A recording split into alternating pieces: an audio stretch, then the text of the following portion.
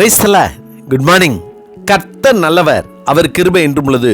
யோபு 12ஆம் அதிகாரம் 4ஆம் வசனம்.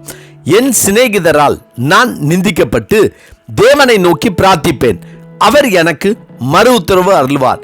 யோபு 12ஆம் அதிகாரம் 4ஆம் வசனம். என் சிநேகிதரால் நான் நிந்திக்கப்பட்டு தேவனை நோக்கி பிரார்த்திப்பேன், அவர் எனக்கு மறு உத்தரவு அருள்வார் என்று யோபு சொல்கிறார். உத்தமனும் சன்மார்க்கனும் தேவனுக்கு பயந்து பொல்லாப்புக்கு விலகி வாழ்கிறவன் தான் யோபு என்று அவனோடு கூட பழகிய அவனுடைய சிநேகிதர்களுக்கு நன்கு தெரியும். அதாவது யோபு மிகுந்த செல்வாக்கோடு செல்வத்தோடு வாழ்ந்தபோது அவனோடு கூட வாழ்ந்தவர்கள் தான் இந்த சிநேகிதர்கள். அதே போல இந்த யோபு மிகவும் நல்லவன், தேவனுக்கு பயந்தவன் என்பதும் அவர்களுக்கு நன்கு தெரியும். இப்போது யோபு கஷ்டப்படுகிறான், வேதனைப்படுகிறான், துக்கப்படுகிறான் என்று அறிந்தபோது யோபுவிடம் பழகியவர்கள், அவனால் நன்மையை பெற்றவர்கள், அவனிடம் வாங்கி புசித்தவர்கள், அவனோடு புசித்தவர்கள், அவனோடு உறவாடினவர்கள் இப்பொழுது யோபுவை நிந்திக்கிறார்கள். ஏற்கனவே தான் எல்லாவற்றையும் இழந்து துக்கத்தில் வேதனையில் இருக்கும்போது தன்னால் நன்மையை பெற்று தன் உடன் இருந்த சிநேகிதர்களே தன்னை நிந்திக்கிறார்களே என்று அவனுக்கு கோபம் வரவில்லை. யோபு தேவனை அறிந்து தேவனுக்கு பயந்து உத்தமனாய் வாழ்ந்ததால் தன் சிநேகிதர்களுடன் கோபப்பட்டு சண்டையிட்டு பயனில்லை. காரணம், தனக்கு எல்லாவற்றையும் கொடுத்தவர் கர்த்தர். இவர்களிடம் பேசி பதில் கொடுத்து பயனில்லை என்று அறிந்திருந்ததால் இவர்கள் என்னை நிந்திப்பதை நான் என் தேவனை நோக்கி பிரார்த்திப்பேன், அவர் எனக்கு மறு உத்தரவு அருள்வார் என்ற விசுவாசத்தோடு நம்பிக்கையோடு உறுதியாக இருந்தார்.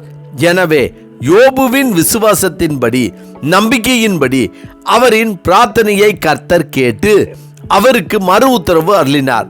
கர்த்தருக்கு பிரியமானவர்களே, நாமும் கர்த்தரை அறிந்தவர்கள்தான், அவரால் தெரிந்து கொள்ளப்பட்டவர்கள்தான், அவருக்கு பயந்து வாழ்கிறவர்கள்தான். ஆனால் நம்மோடு இருந்தவர்கள், நம்மோடு இருக்கிறவர்கள், நம்மால் நன்மையை பெற்றவர்கள், நம் உறவினர்கள், சிநேகிதர்கள் நம்மை நிந்திக்கும் போது நாம் பதில் சொல்கிறோமா? சண்டை போடுகிறோமா? பிறரிடம் சென்று முறையிடுகிறோமா? யாரிடம் முறையிடுகிறோம்? தேவனுக்கு பயந்து விசுவாசத்தினால் நம்பிக்கையினாலும் உறுதியாய் வாழ்கிற நாம் யோபுவை போல பிறரால் நிந்திக்கப்படும் போது அதை நம் கர்த்தரிடத்தில் தெரிவித்தோமானால் அவர் அதை கேட்டு நமக்கும் மறு உத்தரவு கொடுத்து அவர்கள் கண்கள் காணும்படியாகவே நம்மை இரட்டிப்பான நன்மைகளாலும் ஆசீர்வாதத்தினாலும் நிரப்பி நம்மை நிந்தித்தவர்களே நம்மை தேடி வரும்படி ஆசீர்வதிப்பார். எனவே இந்த வேளையில் நம்முடைய எண்ணங்களையும் வேதனைகளையும் விருப்பங்களையும் கர்த்தரிடத்தில் தெரிவிப்போம். அவர் நமக்கு மறு உத்தரவு கொடுத்து நம்மை இரட்டிப்பான நன்மையினால் ஆசீர்வதிப்பார். ஆமென். ஜெபிப்போமா?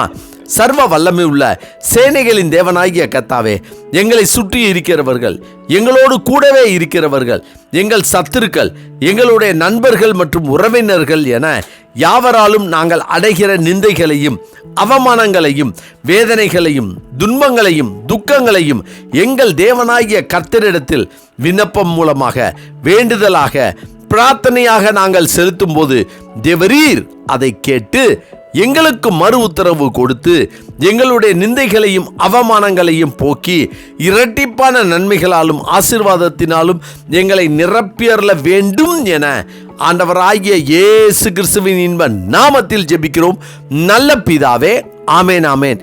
கர்த்தர் நல்லவர், அவர் கிருபை இன்று முழுவதும் நம்மோடு கூட இருப்பதாக. ஆமென்.